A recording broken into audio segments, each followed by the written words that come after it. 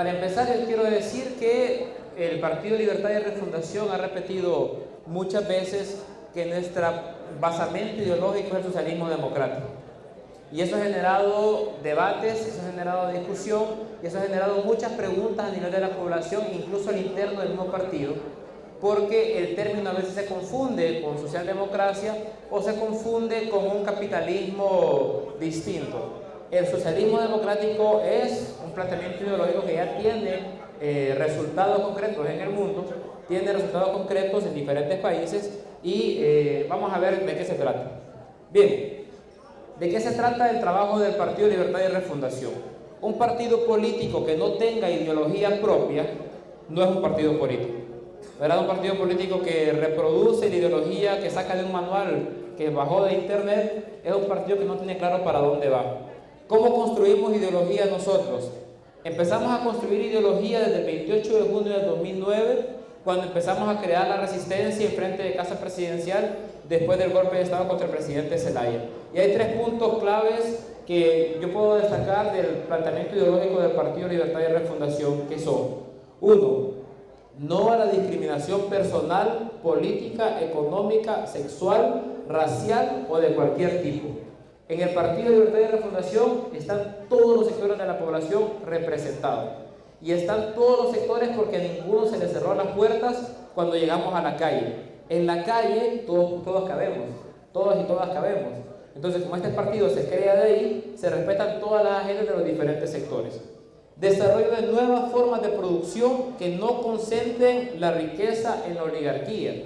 El pueblo hondureño pudo, por fin, después de muchos años, después del golpe de Estado, identificar qué era la oligarquía, cómo opera la oligarquía y cuál es el objetivo de este grupo de personas reducidos que se llama la oligarquía. El Partido Libre tiene la responsabilidad histórica de cambiar la dinámica de concentración de la riqueza en el país. O sea, que ya no sea solamente la oligarquía la que se enriquezca, sino que sea la mayoría de la población. Y finalmente, el enfrentamiento al imperialismo, que a través del poderío militar y económico interviene en los pueblos del mundo. El golpe de Estado en Honduras no hubiera sido posible si no hubiera tenido el aval y el apoyo de intereses extranjeros en el país. Y cuando hablamos de imperialismo, no solamente hay que hablar de los Estados Unidos como Estado, sino que hay que hablar de las transnacionales, de las grandes compañías que interponen sus intereses ante los intereses de la población. Un problema que tiene el pueblo hondureño actualmente son las compañías mineras. Las compañías mineras están por encima del estamento del Estado, pasan por encima de las comunidades. ¿Por qué? Porque en la dinámica en la que vivimos, las empresas transnacionales funcionan como estados por encima de los estados. El Tratado de Libre Comercio en muchos casos le da más prebendas a las empresas que a las mismas alcaldías, al mismo Congreso y a la misma Presidencia de la República. Algunos conceptos. Lucha de clases. Es el enfrentamiento histórico entre los explotadores y los explotados. Otra cosa que pasó el 28 de junio de 2009 fue que la gente se separó. Usted era o golpista o era resistencia. O sea que el tema de la lucha de clases por fin pudo estar claro para la población hondureña. Y no ocupaba ser pobre para hacer resistencia, como no ocupaba ser rico para ser golpista. O sea, era una posición ideológica, era de qué lado se ubicaba uno en el enfrentamiento, si a favor o en contra del golpe de Estado. Entonces, se empezó a hablar otra vez en Honduras de la izquierda y de la derecha. Ya vamos a hablar un poco de la diferencia entre estas dos. Pero se concentró la lucha del Partido Libre y del Frente Nacional de Resistencia Popular en la dinámica entre los trabajadores y los oligarcas. ¿Verdad? La gente cree que el dueño del mercadito no es trabajador, ¿verdad? No se trata de qué propiedad tenga, se trata de cómo usted se gana la vida. Si usted se gana la vida trabajando, entonces es trabajador, no importa cuánto dinero gane o en qué empresa trabaja. Si usted se gana la vida especulando o con el trabajo de otros, entonces es oligarca y entonces es explotador. Así de sencillo. En la categoría de trabajador no se le da el salario a uno, no se le da la profesión, se da a alguien que se dedica a trabajar. Entonces vemos, no sé quiénes de ustedes les gusta jugar ajedrez o conocen el ajedrez, que en este tablero se cambió la posición. No eran fichas blancas contra fichas negras, eran los peones de un lado y los oligarcas de otro. Y así se dividió el país. Y en esa diversidad nos encontramos los trabajadores y las trabajadoras. Y finalmente se abre el debate entre si lo que queremos es refundar Honduras o queremos maquillar o reformar algunas cosas, ¿verdad? Y aquí, en este partido, se llama Libertad y Refundación. O sea que este partido se plantea la reestructuración del Estado en todo su contexto. Ahora vamos a ver las diferencias para dejar claro qué es la izquierda y qué es la derecha. Obviamente, hay miles de libros escritos sobre el tema y es imposible abarcarlo en tan poco espacio, pero vamos a atacar algunas de las ideas fundamentales de la diferencia entre la izquierda y la derecha. En el caso de la izquierda, el gobierno debe intervenir en la economía, en el sentido de que debe direccionarla, debe garantizarla, debe promoverla. Y en el caso de la derecha, el gobierno no debe intervenir en la economía, que es el sistema capitalista. Yo les quiero decir una cosa: no es lo mismo ser de izquierda que ser socialista. No es lo mismo, ¿verdad? Una persona que plantea, por ejemplo, la derogación de, no sé, de los derechos, una persona que pida más derechos para las mujeres en términos electorales, pero no plantee la transformación del modelo de producción, o sea, de la economía, es de izquierda, pero no es socialista. Nosotros somos un partido socialista, o sea que partimos de la necesidad de una economía que no es que sea controlada por el Estado, pero que no sea controlada por los oligarcas. Siguiente punto, dice, el gobierno no debe intervenir en la moral. Ese es un principio de la izquierda. En la derecha, el gobierno debe velar por la moral. ¿Qué fue lo que hicieron los golpistas después del 28 de junio? Prohibir la píldora anticonceptiva de emergencia. Honduras es el único país del continente americano donde está prohibida esa píldora. ¿Por qué? Porque el Opus Dei, ¿cómo se llama? Bueno, quien apoya, ¿cómo se llama? Marta Lorena, que ahora está apoyando a Villeda, dijo de que eso era inmoral.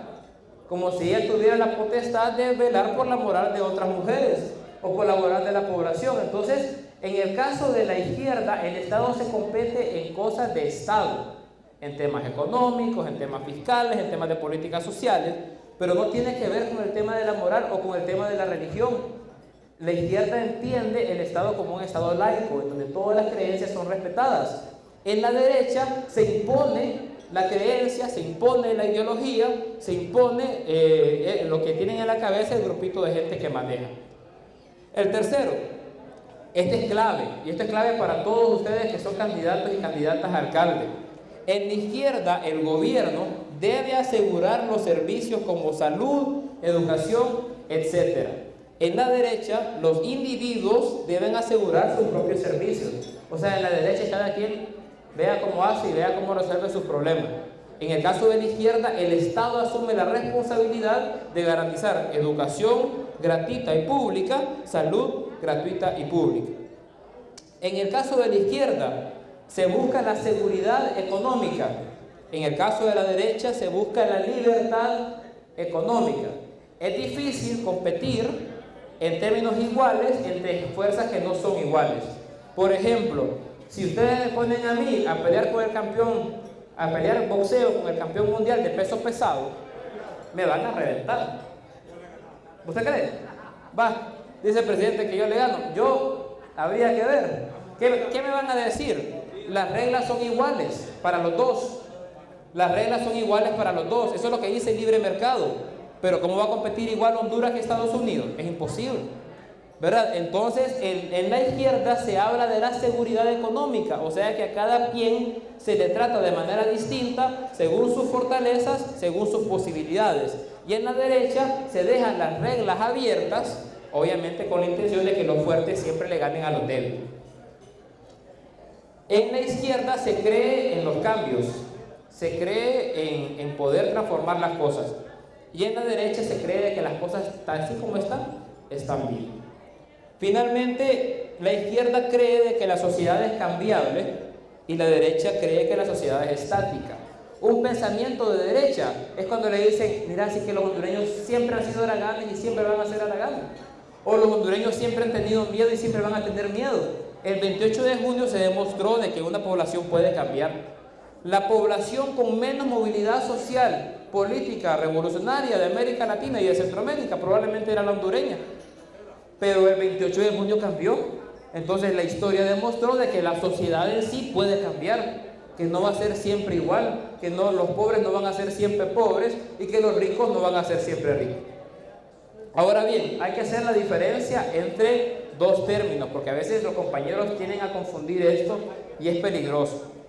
El socialismo democrático plantea una reestructuración no solo económica, sino también participación política de la ciudadanía, superando a la socialdemocracia, que aunque plantea mejoras en las condiciones sociales de los trabajadores, lo hace desde el Estado burgués. Cuando hablamos de socialdemocracia, estamos hablando de sí, hacer reformas para los obreros y las obreras, para los trabajadores y las trabajadoras, pero sin modificar el Estado burgués, sin modificar la democracia representativa, sin modificar el control del Congreso sobre la Corte Suprema de Justicia, sin modificar lo caro que es una campaña de televisión para alguien que no es multimillonario para ser candidato a elección popular. En el caso del socialismo democrático plantea reformas en términos económicos y reformas en términos políticos y van a la par. Dice, el socialismo democrático contradice el sistema capitalista en 4 puntos fundamentales. 1. Antepone la solidaridad antes que la competencia. O sea, el Estado busca la solidaridad antes que poner a la gente a competir a ver quién puede hacer más rápido en menos tiempo. 2. Entiende la independencia económica y comercial como parte de su autodeterminación. O sea, un Estado bajo el socialismo democrático decide con quién hacer relaciones y con quién no. Ahí fueron a regañar a Corrales porque va a poner una oficina en China continental, ¿verdad? Como que Taiwán toma decisiones por encima del Estado de Honduras. En la 3, prioriza por el derecho de las personas antes que el de las empresas. Un caso interesante. Hoy en día, como dice el presidente Correa, cada vez más personas que necesitan casas no tienen casas. Y cada vez bancos que no necesitan casas tienen más casas. O sea, la cosa está al revés, ¿verdad? Entonces, es más importante un ser humano que una empresa. Y el Estado debe de velar eso. Pero el número 4 dice, fomenta la inversión responsable y no permite monopolios y oligopolios. ¿Qué es la inversión responsable? Inversión que respeta los derechos de los trabajadores, los derechos ambientales, los derechos políticos del Estado, que no se pasa por encima de las divisiones del Estado. Pero ese tipo de inversión es la que es fomentada por el Estado. Una inversión que demuestra esas cosas, el Estado tiene que apoyarla. Una inversión que no lo hace, el Estado debe de evitar que se consoliden monopolios y oligopolios. Finalmente, el socialismo democrático contradice la democracia representativa, que es la que tenemos en Honduras, y al Estado burgués en 3 puntos fundamentales. 1. Cree y tiene como forma de gobierno el poder popular, que es expresado a través de la constante participación ciudadana, o sea, la democracia participativa, no representativa, a través de los mecanismos democráticos como el plebiscito, el referéndum, asambleas, consultas y otros mecanismos definidos por las comunidades mismas. 2. La Asamblea Nacional Constituyente es la base para crear un nuevo pacto social que rompa las inequidades de la sociedad en todos sus ámbitos. Y 3. Cree en el referéndum revocatorio de sus gobernantes. O sea que si no le parece cómo está trabajando el gobierno, se va. 3 cosas fundamentales: poder popular, asambleas constituyentes que van modificando la política según el momento actual, según lo que está pasando en la coyuntura, y revocatorios para quienes no están cumpliendo. Siguiente. Bueno, y solamente, muchas gracias. Buenas tardes.